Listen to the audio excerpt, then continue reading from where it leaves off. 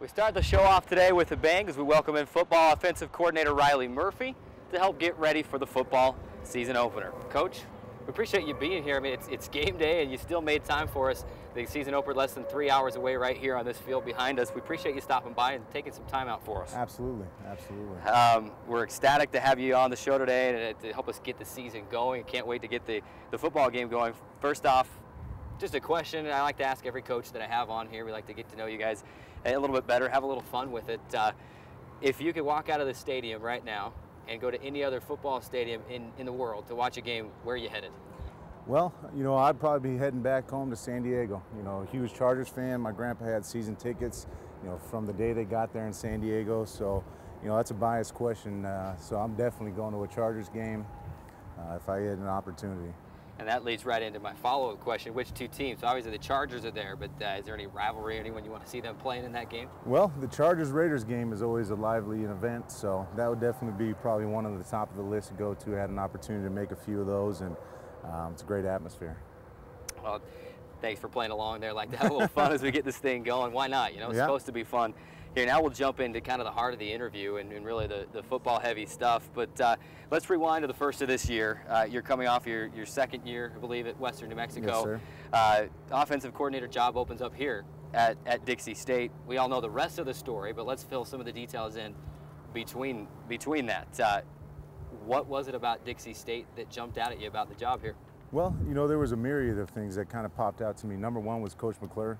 I have a lot of experience, running into him on the recruiting trail and his reputation as an amazing recruiter, and the location to, Southern California, Utah, Las Vegas, and Arizona, where we can kind of build a West Coast power here, felt very intriguing to me. And the town of St. George is a beautiful place to live.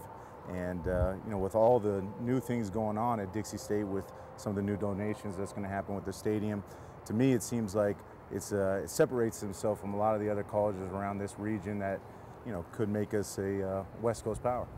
How much did you know about St. George and about Dixie State before you came here?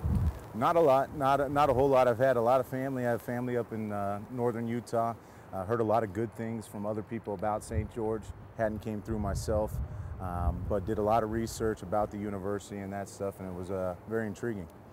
Well, we're all pretty excited to have you here. And we're excited about what you bring to the table. We've seen what your offenses and your teams did at Western New Mexico, with the pass and the ground game. It really was a really balanced attack. So you look at that success that you had at Western New Mexico with the offense and the numbers you're able to put up. How does that success translate over to what you want to do here at Dixie State? Well, hopefully we remain one of the better offenses in the country, and we're fortunate to have some really good players there. And I walked into here with some really good players. So our goal is, number one, to be an offense that holds on to the football and wins football games. And from there, we kind of build from there. Number one, win the time of possession, making sure we're not turning the ball over, and hopefully everything else kind of take care of itself from there. Of course, we mentioned it already, 2 seasons at Western New Mexico, a little while before that at Bethel College as the offensive coordinator as well. You look back through those years and your other offensive coordinator jobs, what have you learned at each of those jobs that have helped you so far here at Dixie State? Well, number one, try not to make it about me, make it about the players, because again, they're the ones that are out there making the plays. At times I could call a horrible play and somebody falls down there, all of a sudden I'm a genius, and vice versa. We call a great play and somebody falls down and I'm not looking so hot. So really it's about the players and how they come together. That's the big thing that I've learned in my experience at all those other places. And the ability to install an offense fast is something that I've had experience with that makes me maybe feel a little more comfortable doing it again. Now let's just jump right into it. Let's talk about the offense from here at Dixie State. Obviously, again, the season opener coming up in just a couple of hours, and it all starts with the position that everybody loves to talk about. It's the quarterback position. You know that as an offensive coordinator, as a former quarterback yourself. Yeah. Let's talk about the 2 guys that have kind of been vying for the job through fall camp, and that's Josh Thompson, freshman, and the sophomore returner Tyson Blackner. What is it about both of those guys? What do they bring to the table, and what do those guys bring that could help either of them be the starter? Yeah, absolutely. And just to piggyback on that, Blake Barney is another guy who was in the mix, and unfortunately he's been injured, so he's kind of not in the picture as we talk today. But Talking about Tyson and Josh, Tyson brings an experience of starting last year. He's an older kid that, went on a mission. So for a sophomore, he's a little more mature.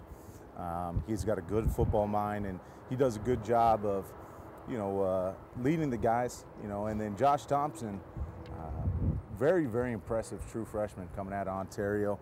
He has taken a lot of the reps because of Tyson having a little injury as well during camp, and really the most true freshman reps I've ever given to a quarterback, to say the least. And he's done a great job of coming in, studying the extra time, and he really has a bright future here. He kind of has that it factor when it comes to leading guys. He's already telling seniors, where to go and what to do, and that takes a lot of moxie for somebody to come in and feel confident enough to do that.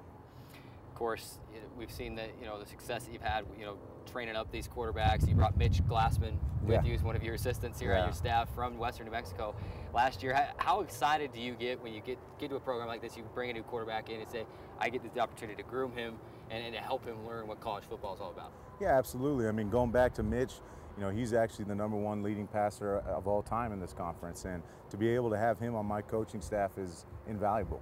I also had a chance to bring Coach Jose Flores with me as well from Western New Mexico, and trying to bring the success and the things that we had there to here, has been something that's helped my comfortability, to say the least. And I do get excited to coach another quarterback, but you also get a little nervous as well, because again, you had some good success with somebody, and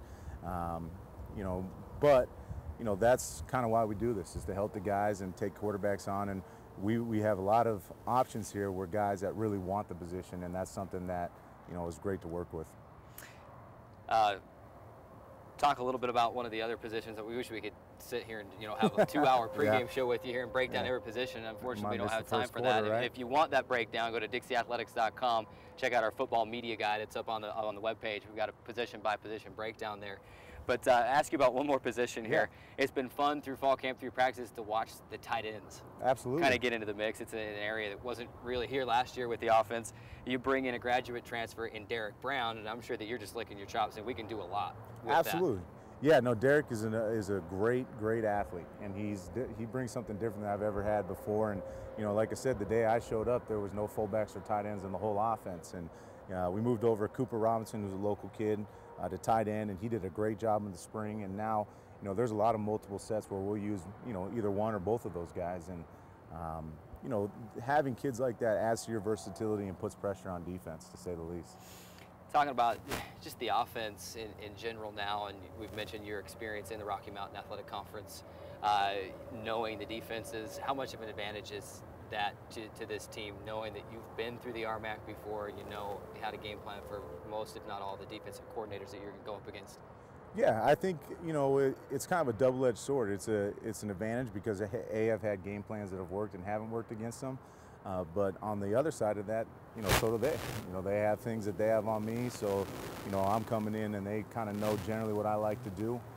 But again, with different players, different personnel, there are going to be things that change, to say the least. So I do think it's an added benefit, to say the least. And when it comes to my motivation, some of those teams that were able to, beat us, to get another crack at them is a great opportunity.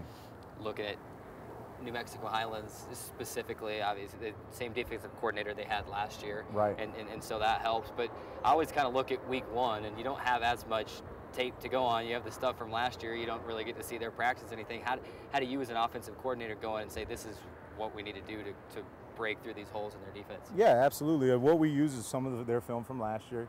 My game at Western New Mexico against them. So we've got a few games that we use as a reference, and the defensive coordinator / head coach is a great coach.